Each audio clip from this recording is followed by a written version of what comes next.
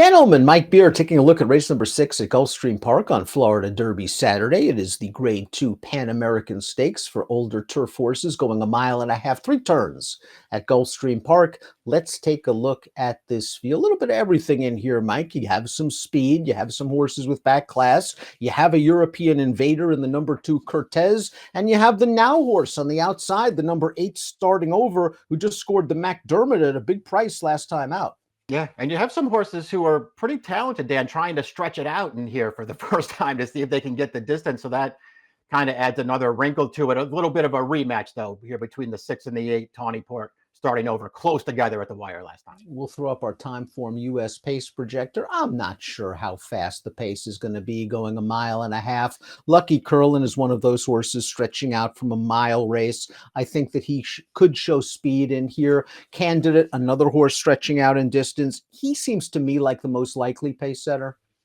I agree with that. I thought Candidate was the most likely horse to try to go to the front here and see how far they can take him. And I mean, I never expect the paces to be fast going this distance, but there's enough pace in this race. If the pace is hot, Starting Over, the number 8 has the LP flag over his chiclet. That indicates that he has the fastest Timeform US late pace rating. We'll kick things off with a long shot, the number 1 Happy Hood, going out for trainer Mark Henning. This horse has done well at the distance and is being stretched out. The problem is he's been stuck in the first level allowance race without breaking through. Now he's facing much tougher.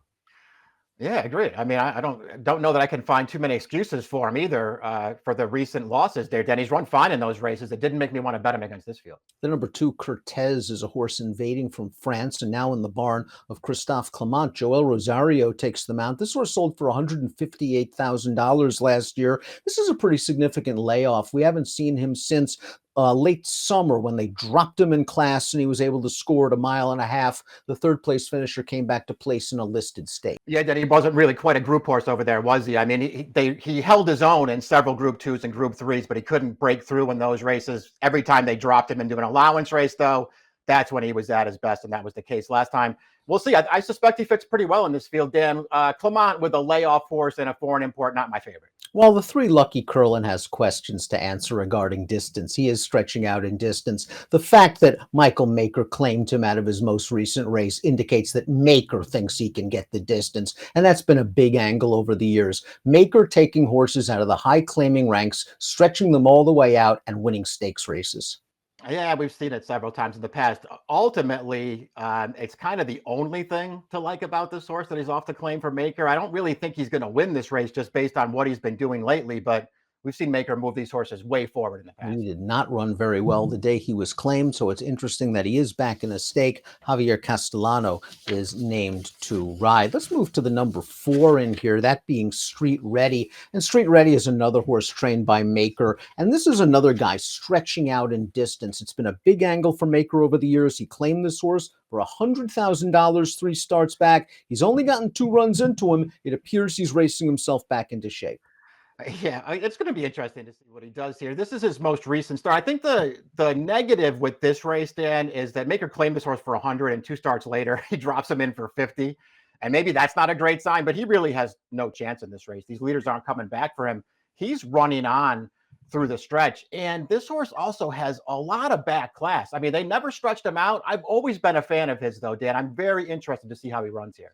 Candidate did quite well at Gulfstream Park early in his 2023 season, winning the Dania Beach, finishing second in the Kitten's Joy. He missed most of the summer and into the fall, and he's had 2 starts over the winter. One good one at Tampa Bay Downs when he wired an allowance field off the layoff. And then last time out, I think that pace is a lot faster than Timeform US gives it credit. He was really pushing a solid pace throughout in a race that went to closers. And that third finisher came back to run second in the Canadian Turf, a grade 3 with a 96 buyer. If Candidate wants this distance, that's kind of a big if. He might be able to get to the lead and drop the anchor on this group. Yeah, I agree. That was a pretty good field he was in against last time, too. I don't know how he's going to handle the added distance, Dan. It's obviously a big question.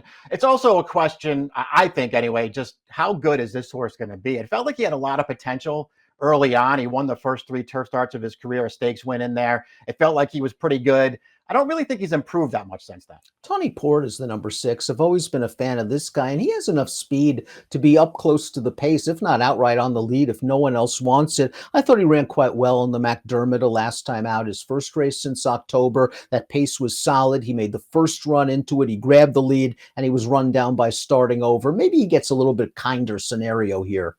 Yeah, I guess that's a fair way to look at it. And I personally didn't think he had any excuse at all last time. I thought he had every chance to win, and he just couldn't quite get it done. Not that it was a bad loss; he was right there at the wire, and just got nailed by an informed horse. I, I guess you and I differ on our opinions. I'm not a big fan of his. I've never really liked him. I should say I've never liked him as a turf horse. I really like him as a dirt horse. He's good on turf. He can win here. I want to bet somebody else. Public sector, the number 7, has tons of back class, but you got to go all the way back to 2021 when he was winning graded stakes races for Chad Brown. He's 0 for 4 since being switched to Safi Joseph. He was purchased for $35,000 back in November. He ran for 50 last time out. He got wired that day. I just didn't think he looked that comfortable, Mike. He has to prove that he still can run. Yeah, he's got a lot to prove now. I mean, it's just been a really long time since he's been that effective in stakes races, Dan. I mean, I think he won something like 3 graded stakes races in a row when Chad had him as a 3-year-old. And then he just never got any better than that. They finally got rid of this horse. I mean, he's certainly got some talent. I don't know if this is the right distance for him. I don't know what kind of form he's in right now. Starting over showed that his runner-up effort 2 starts back in the W.L. McKnight at huge odds was no fluke with his performance in the McDermott. Let's watch that race right now. You'll notice that Tawny Port's finally going to wrest the lead away from the pace setter main event. He's the number 7 in the Blue Silks, and the Big Gray starting over is just getting going right now, and he's running on strongly at the end.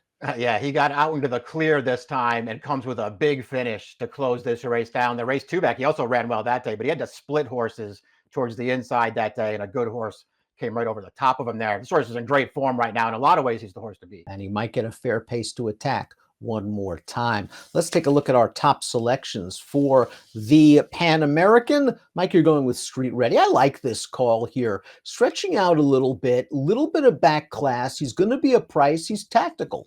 Yeah, I just want to take a little shot with him here. I'm not going to go crazy on this horse because he's got a lot to prove, but I've always liked him. I like that Maker has him now, and I like that he's stretching him out. If it's the Maker angle claim, eventually they become stakes winners. I want to give Tawny Port one more chance. I thought he ran pretty well. He was on a hard chase on that 3rd turn, I thought, to reel in main event, and maybe that softened him just enough for starting over. 4682 for Mike, 6824 for me. It's the Pan Am on Florida Derby Saturday. Good luck.